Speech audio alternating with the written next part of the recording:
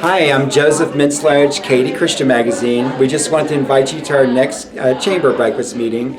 Special speaker to be announced. So you're going to have to go to katychristianchamber.com, go to upcoming breakfast and register. We're the only Christian chamber of its kind in the greater Houston area. Our mission is to connect Christ and businesses, okay? And we need you there to accomplish that. So go to katychristianchamber.com or always put it on your recurring schedule the third Friday of each month. God bless. Hope to see you next month. A lot of you have heard about Andy quite a bit because he's been on the news an awful lot lately because of the crazy crime that's happening in Houston and everywhere, really, Katy even, okay? I mean, I just heard a story a couple of weeks ago about some guy that murdered somebody in Houston, was let out on bond, goes down to Pearland, murders another person, they let him out on bond again.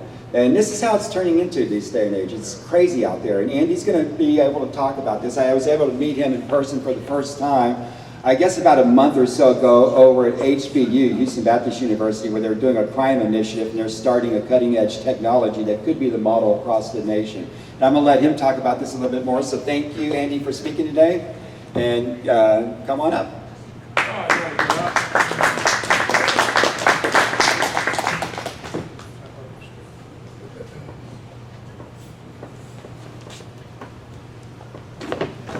All right, first of all, do I need a mic? Yes or no? No. I can hear you fine. We can hear you. All right, good. Some of us are old, we still need. Yeah. All right, good morning. I'm Andy Kahan, Director of Victim Services, Victim Advocacy, Crime Stoppers of Houston. A few ground rules. Anybody here from New York? No, I'm sir. Can I admit it? Oh, I'm about, what part? Well, all over, but I was based in Albany and worked in the city. Okay. I grew up in and around New York City, which is why I'm asking. Anybody been in New York City? Oh, yeah. All right. What happens if you try to stand still and talk in New York City? You get run over, right? So you see what I just started doing? This is 20 some odd years I have it, walking and talking. See the podium? Not going to work. So I'm going to walk, talk. We're going to have a great conversation about what's going on in Houston. I'll tell you a little bit about my background. I graduated from University of Houston, been here since, I aged myself since 1979. I was a former Parole and Probation Officer for about 8 some odd years, so I chased Houston's finest all over Harris County. And then I became the first victim advocate, ombudsman, troubleshooter, and trust me, a few other choice words that I was given staffed out of a mayor's office under Mayor Bob Lanier in 1992. I survived several mayoral administrations. Then I was punted over to Houston Police Department, survived there. Then I stepped down from HPD, and then in a great Godfather fashion, Crime Stoppers made me an offer I couldn't refuse. And just when I thought I was getting out, they brought me back in. So, Crime Stoppers, everybody knows Crime Stoppers? What's crime? The tip line, right? All right, everybody knows 713-222-TIPS. Crime Stoppers is much, much more than a tip line. As a matter of fact, we're the largest Crime Stoppers in the country. We're the only Crime Stoppers in the country that actually has its own building. We're the only Crime Stoppers in the country that has someone like me doing what I'm doing.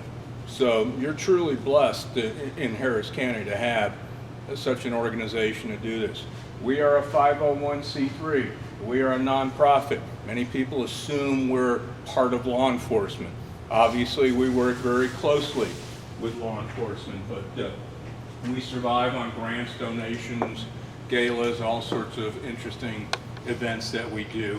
We also used to get a lot of court costs from defendants, but that's plummeted dramatically since we're no longer actually believing in sentencing people who commit crimes to prison or probation anymore, so that. I serve on the board of Parents of Murdered Children and Surviving Family Members of Homicide. I've been with the organization now for 30 some odd years. It's the only organization in the country in which someone else writes out your membership for you.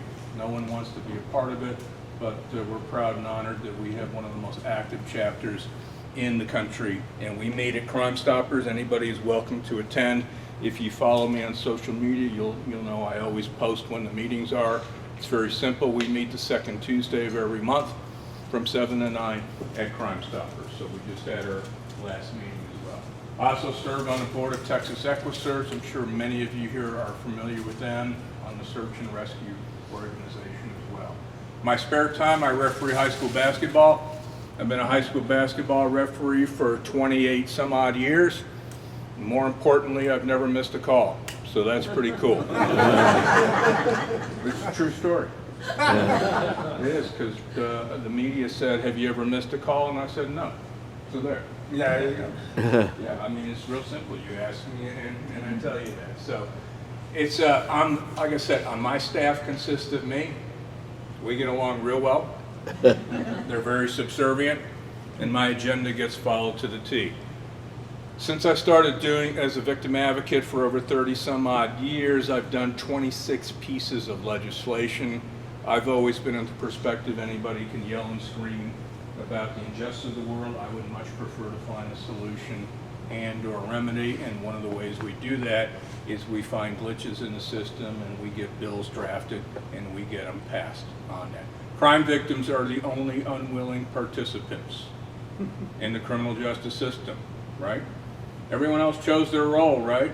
Law enforcement, judges, defense attorneys, prosecutors, people like me, but no one ever said, pick me, I want to be a victim of a crime. So it's the least we can do, and particularly in government, is looking out for the victims' rights, their due process, their well-being, and putting their lives back together again. But lately, that's not what's happening. So anybody ever know how Crime Stoppers got started? Exchange Club? Exchange Club. Correct. All right, I'll continue to quiz you further, but how it got started, besides where did it begin? No, really, I know it started here and now it's all over the nation. Because we've had, Kim allocated up, I guess, what you do. You're close. I'll give you a little bit. I'll give you half the answer because you did get the exchange show. It happened actually in 1978, and it was an Albuquerque police officer, and he was frustrated because he couldn't get this crime solved, and he just went to the public and he asked for help. And guess what? The public helped him.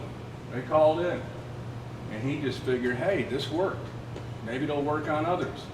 And it all began because of this one Albuquerque police officer thinking a little bit outside the box, and then we brought it to Crime Stoppers through the Exchange Club in 1980. So we're now going on 42 some odd years of doing it, and that's how Crime Stoppers began. We have a lot of things that we do at Crime Stoppers besides the tip line. We handle hundreds and hundreds of calls each day for the tip line. In our office, the third floor of our building is staffed by law enforcement. They're the ones who handle the calls. And trust me, it is totally anonymous. We have no idea who you are. I actually did a news story with one of the local news because I have people that will call me at my office and they'll ask, please call back.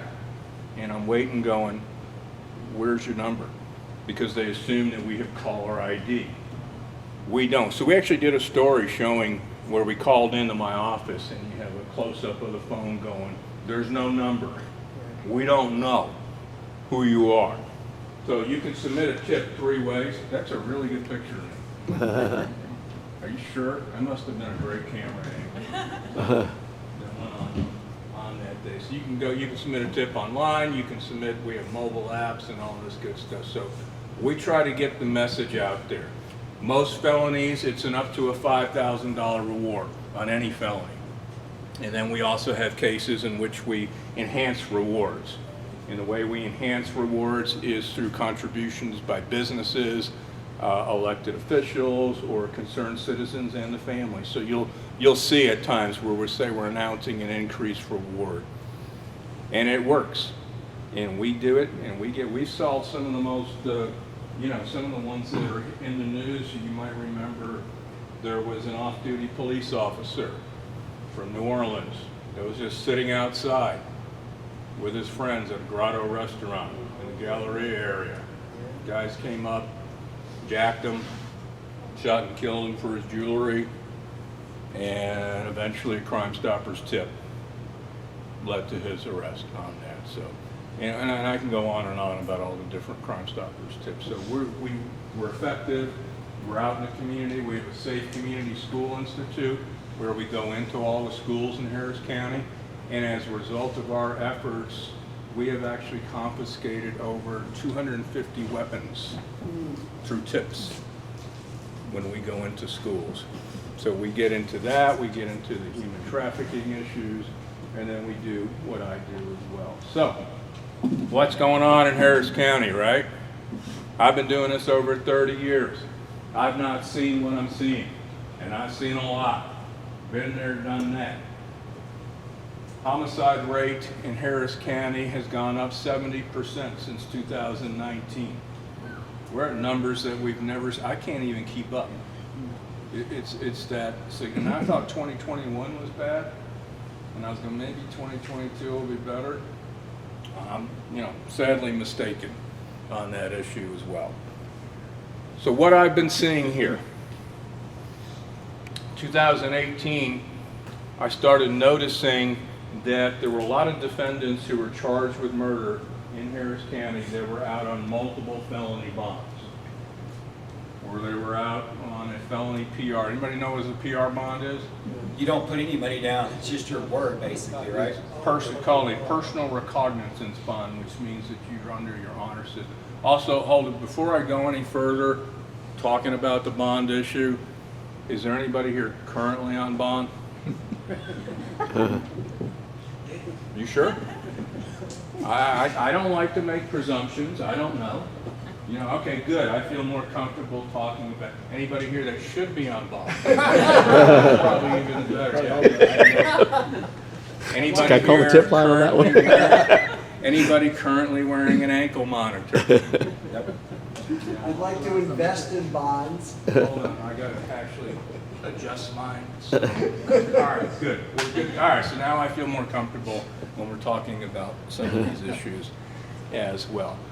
So defendants who actually been released on felony bonds charged with additional crimes have doubled since 2018. What was almost unheard of was this new category called personal recognizance, or I generally refer to them as get out of jail free cards, which frankly did not exist prior to 2018.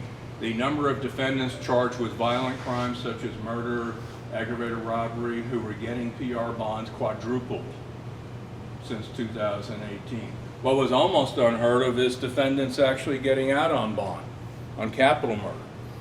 Capital murder is the only offense in which a judge actually can statutorily say no bond. And it used to be that way. And I can tell you how I used to know it that way, because one of the reporters that I work very closely with at local Fox News, if you watch our series Breaking Bond that comes on every Tuesday night, we looked at each other and went, have we ever done a story involving guys out on capital murder bond? And we're like, no, we've never done it until now. 113 defendants charged with capital murder, which is the most egregious crime in the statute, are actually out on bond. Of those 113 charged with capital murder out on bond, 4 of them have been returned to custody charged with additional murders. That's almost unheard of, and has never happened before in our history. So what I started doing is I started documenting cases. And I went back, and right now I developed a criteria.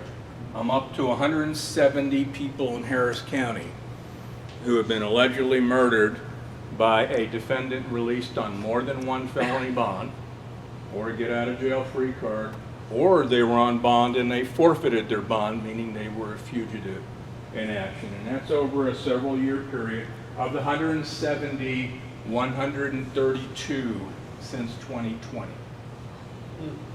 The majority of the victims are classified as minority or people in color. And I decided, when I go up and speak, or I go up to the legislative session, I can say 170, but we decided to put some names and pictures, so that when I talk, I'm showing actual people, who they are, where they are, and you can see they're all ages, all races, and they're all over the county. And I'll talk to you just about a few of the cases that we've seen here. We're actually developing another poster because obviously we need much more than this. Anybody ever heard of Rosalie Cook? Nobody? Rosalie Cook's an 80-year-old grandma who's coming out of Walgreens in Maryland, 3 in the afternoon on Saturday. Stumbled into a guy named Randy Lewis. Randy Lewis had 60 prior convictions. That's just in Harris County. I don't know what he did elsewhere. Randy Lewis, despite having 60 prior convictions, was actually given not 1 but 2 felony PR get out of jail free cards. I guess 60 convictions didn't mean there was some sort of pattern there, but what do I know? He was actually told to go live in an assisted living facility as part of his bond conditions. He did for a day, and then he walked out. Nobody reported it. Nobody told the courts, hey, this guy that you assigned here is no longer there. For the 2 weeks, Randy Lewis was roaming around. Then he stumbled upon Rosalie Cook, tried to carjack her, and stabbed her to death in a parking lot in Maryland at 3 in the afternoon. Lewis was later killed in a shootout with HPD. Rosalie Cook, 80-year-old grandma, died as a result of felony bond reform. Patrick Aikens, first one up here. We've gotten to know Patrick's sister very well, Teresa, because she's been gracious enough to help us testify as the result of what happened with her family. And I'll never forget a call I got from her. You know, she called me and she said, hey, you know, Andy, Mr. Kahan, I've seen you on the news. She goes, I never thought I'd be reaching out to you, but my family is now part of what you're talking about. And I'll never forget that phone call. The guy charged with the murder of Patrick Aikens here was out on 7 felony bonds in both Harris and in Fort Bend County. He had just finished a 5-year prison sentence for aggravated assault with a deadly weapon. So he's out on 7 bonds in 2 different counties, and he was actually court ordered to wear ankle monitors by both counties. So he had 2 ankle and when they realized that he had 2 ankle monitors on him, the counties decided in the best interest of fiscal impropriety that why should we have 2 ankle monitors? We can just consolidate into 1. And I'm like, no, if he's that bad, maybe he shouldn't have been out to begin with. But there used to be an adage in Harris County. It was called 1 bond per customer.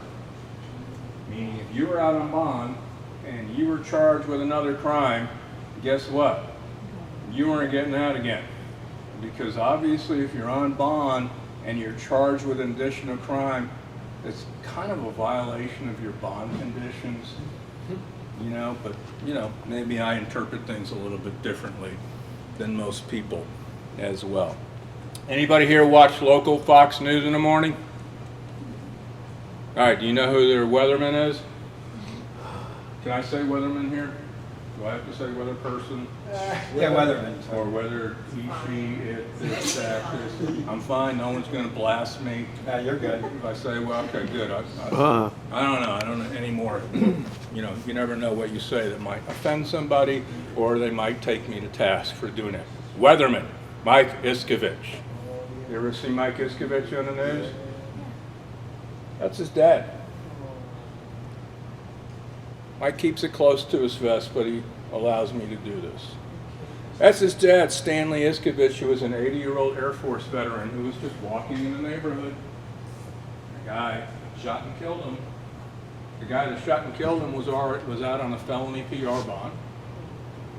So he's charged with murder, right? And you kind of think that would be the end of the story, right? Guy charged with killing Mike's dad, Stanley's actually back out on bond on murder, despite already being out. And he's not the only one. We discovered 20 some odd, more than 20 people who were on multiple bonds or felony PR bonds charged were back out again. This young man right here, Raul Zarco, just graduated Sharpstown High School. Person charged with his murder was on 6 bonds. He had, I lost track how many violation reports that were sent to the court asking that his bond be revoked. They ignored him. Now he's charged with murder. He too is back out on bond as well. Sergeant Kayla Sullivan, law enforcement officers, three law enforcement officers two of them that were on active duty that are actually on this list as well. The person charged with her murder was on 1, 2, 3 felony bonds in 3 different counties, all in 1 month. He was on bond in Harris County, Fort Bend County, and Harris County, Montgomery County, and Galveston, all in 1 month. Before now he's charged with capital murder. Sergeant Kayla Sullivan. A couple months ago, you might remember a case involving a 71-year-old grandmother named Martha Medina who was coming out of McDonald's. She was followed from the bank.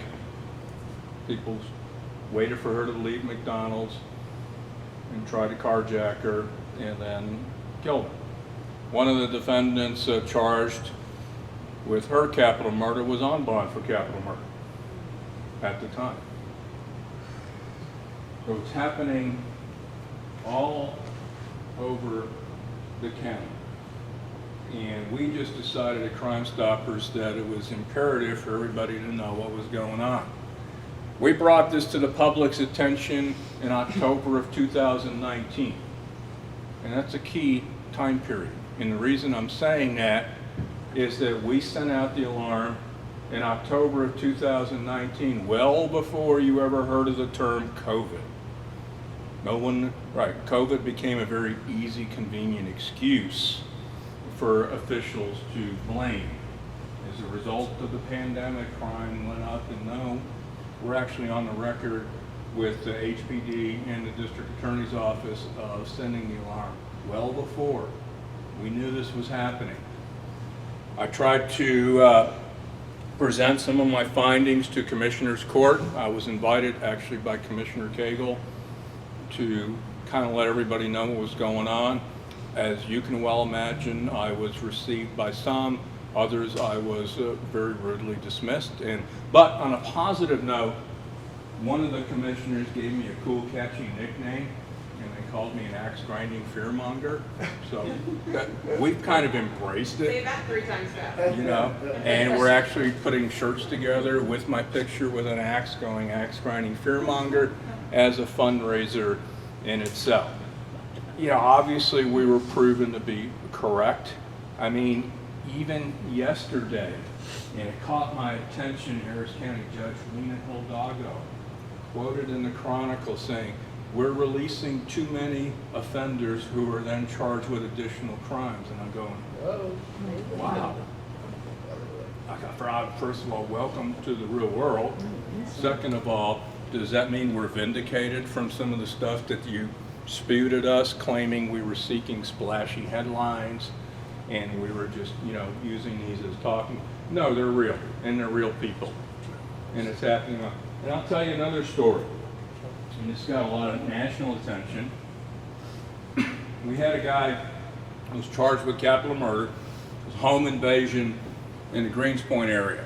Shot and killed a 55-year-old homeowner in his sleep. 1:45 in the morning, and shot someone that was trying to flee. Charged with capital murder. He's in custody for several years. He can't make the $250,000 bond for murder. So he's where he belongs.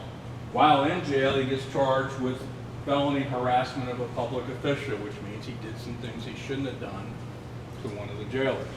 So he's got another felony, right? He also racked up 90 pages worth of disciplinary infractions.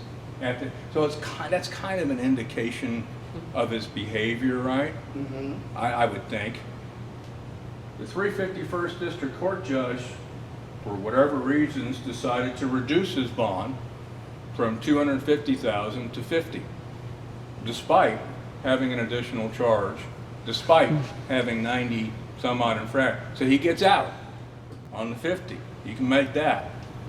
6 months later, speeding, running through a red light, he ran through the red light and killed 23-year-old TSU student Summer Chester.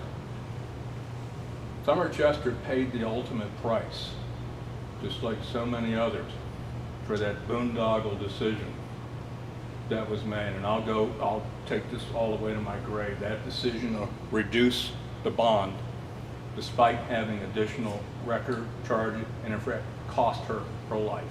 There's no other way to sugarcoat any of that. There was no reason to do that. He was where he should have been. So many people have paid the ultimate price for this. So we tried to legislate it. Last session, it was quite a fight. Senator Joan Huffman had a bond reform bill to eliminate PR bonds for defendants charged with violent crime. Now, the other side, the opposition, and I respect opposition. I'm going to tell you why I respect the opposition. They are well organized, they're funded, and they show up in droves. They attend and they make their voices heard. So for example, at the bill, when we were up there, there were 10 of us in there supporting legislation. 7 of us were from Crime Stoppers. The other side had 79 people registered to testify against, and another 63 registered in opposition, not willing to testify. They are there. We have to struggle just to get a few people come up and share their story. We did, it did eventually pass after, a bunch of people decided to go to DC for a few weeks. Well, we did finally get it passed, and it went to one of the bills that didn't pass, which to me was really more troubling. There was a constitutional amendment. The constitutional amendment said that you, the voters, would have to decide whether judges should have discretion not to grant bond to defendants charged with certain violent crimes like murder. The key word being discretion, not a mandate. And it would have given judge more tools. And a good way of showing that, which you might remember what happened in the summer with Paul Castro's son David, who was just leaving an Astros game and was shot and killed in a very high-profile road rage incident. Eventually, the person was caught. He was caught on the Crime Stoppers tip, and he got out on a $350,000 bond. And there was a lot of outrage. And the judge correctly said, I don't have a choice, because you don't give me the tools to work with. So the constitutional amendment that we had proposed by the governor's office would have just given judges discretion, but you, the voters, would have had to vote it in. Passed the Senate, went over to the House, and that's where it died. And I'll just be blunt and honest, because that's how I am. Not one single Democrat in the state, in the House, voted for that. So basically, they voted not to give you, the voters, the ability to decide whether this was good or bad. And I saw zero downside in giving. I don't know why public safety has become so partisan. I don't get it. I've been doing it for 30 years. But the reality it is, none of the victims that I work with cared whether they were a Republican or Democrat, an independent or whatever. They didn't care. But for whatever reasons, it's become that way, and it's very disheartening for us to see that. So we are going to come back next session and try to give judges discretion. So it was kind of interesting, if you've been following Commissioners Court, there was a big deal about making a mandated 10% on some of the bonds, which is, it's a feel-good measure. I get it.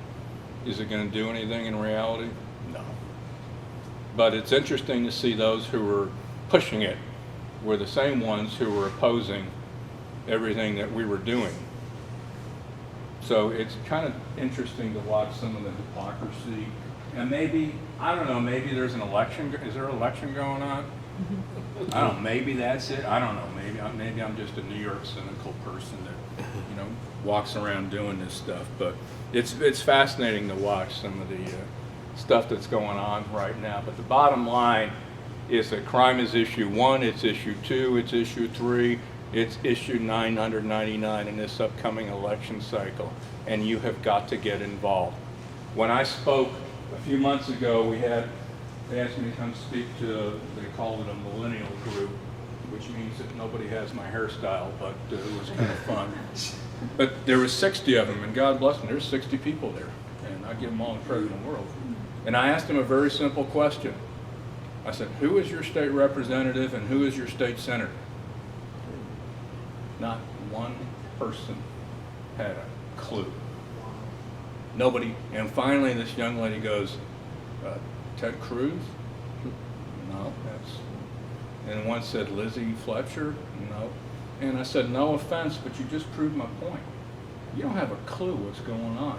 You don't have a clue who's your voice. And you don't know, but you have to know. And I said, I'm giving you an assignment. By the time I'm done, you need to know who represents you. And guess what? Who works for you. You pay them. You need to know. You need to know who your city council member, if you live in the city. You need to know who your commissioner. And you need to start getting involved. And for the first time in history, you're going to have probably more emphasis on judicial elections than you've ever had before in Harris County. Every single judge running for re-election has an opponent. And there were some that were actually voted out in the primary, which is highly unusual because most incumbent judges usually get a free ride to the general election, but many of them were challenged within their own party, and some of them lost. So you have the ability, and you can say, well, what can I do? Well, this is what you can do. You make these decisions, the public does.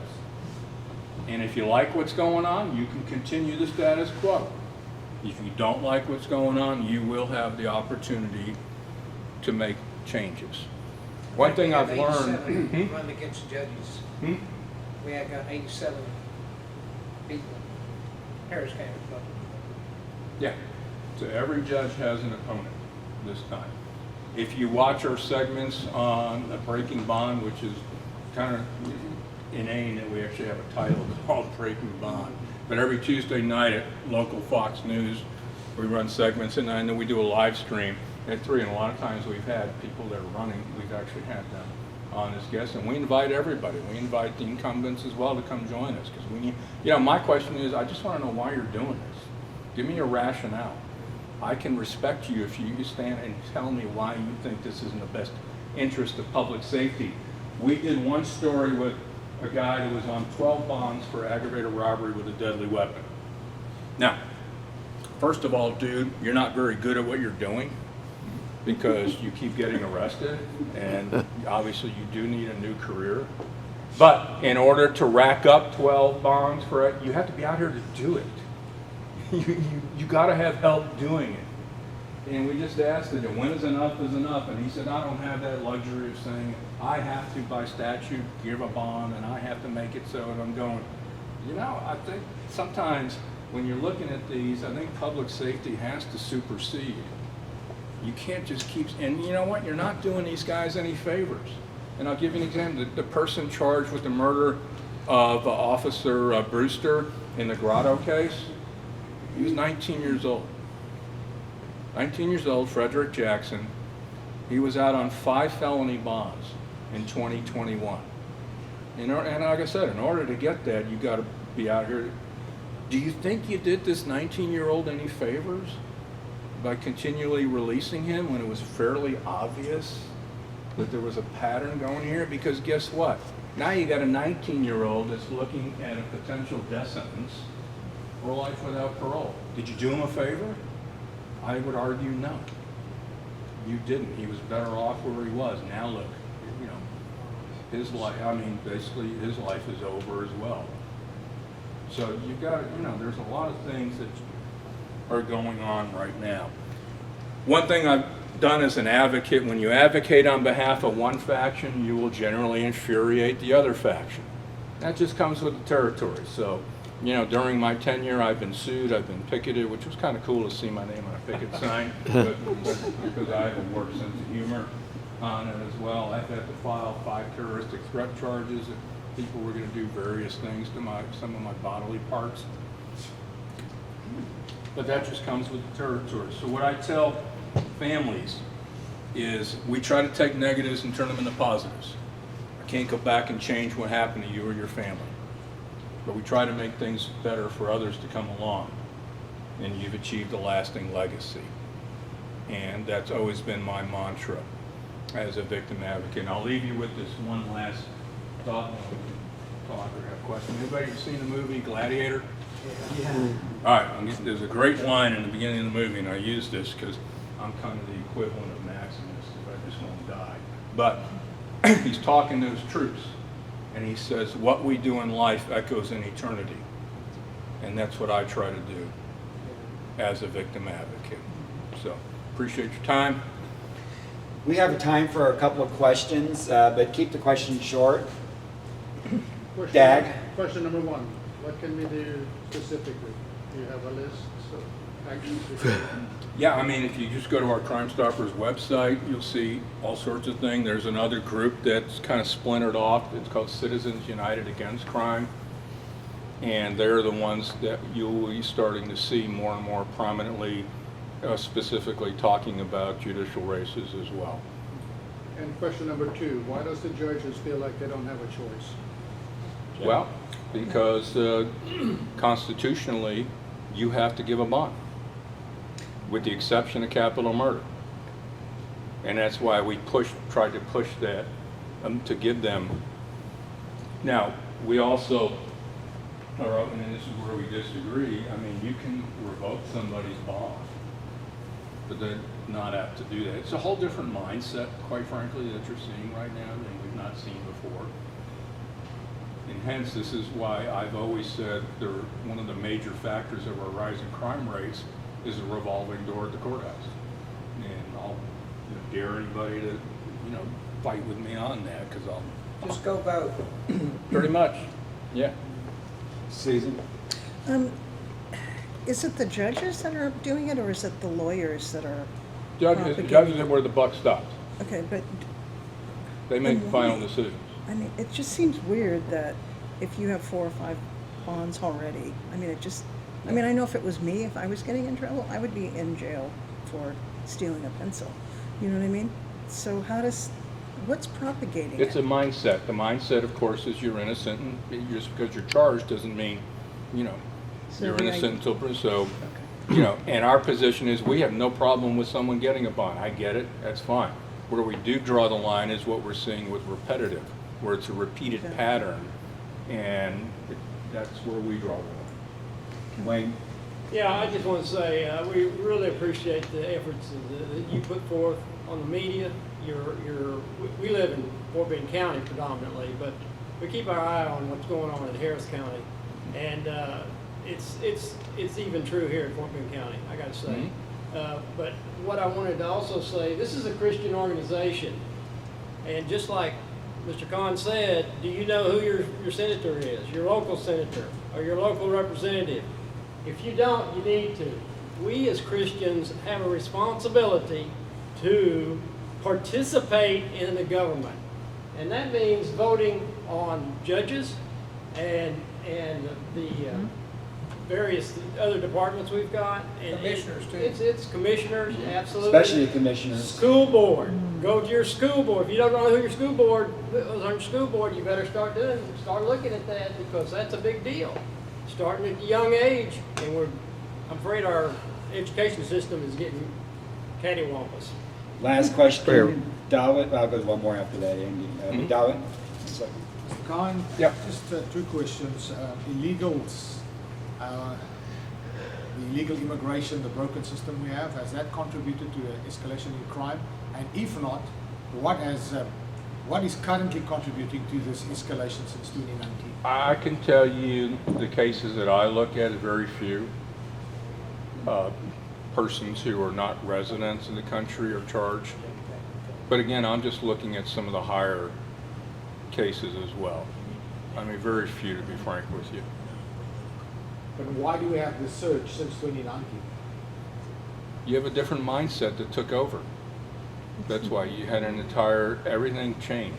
Everything flipped in 2018. A lot of hostility toward the police during that time, and Can I say it? Woke?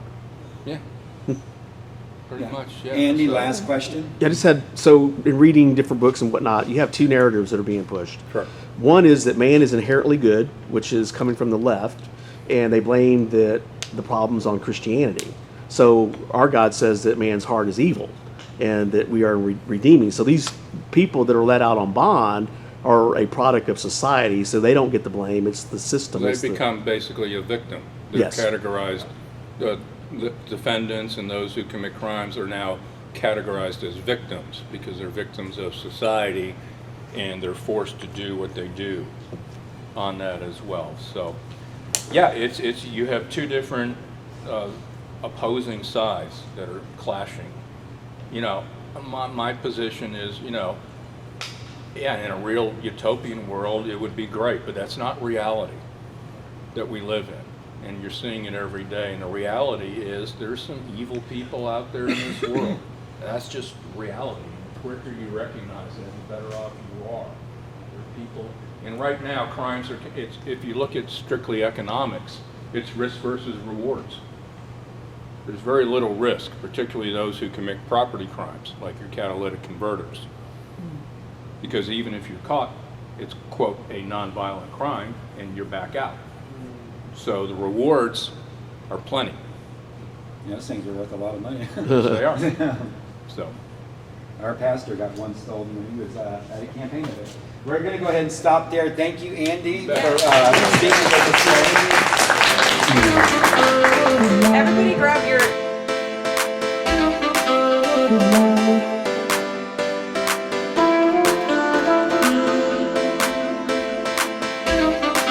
Mhm.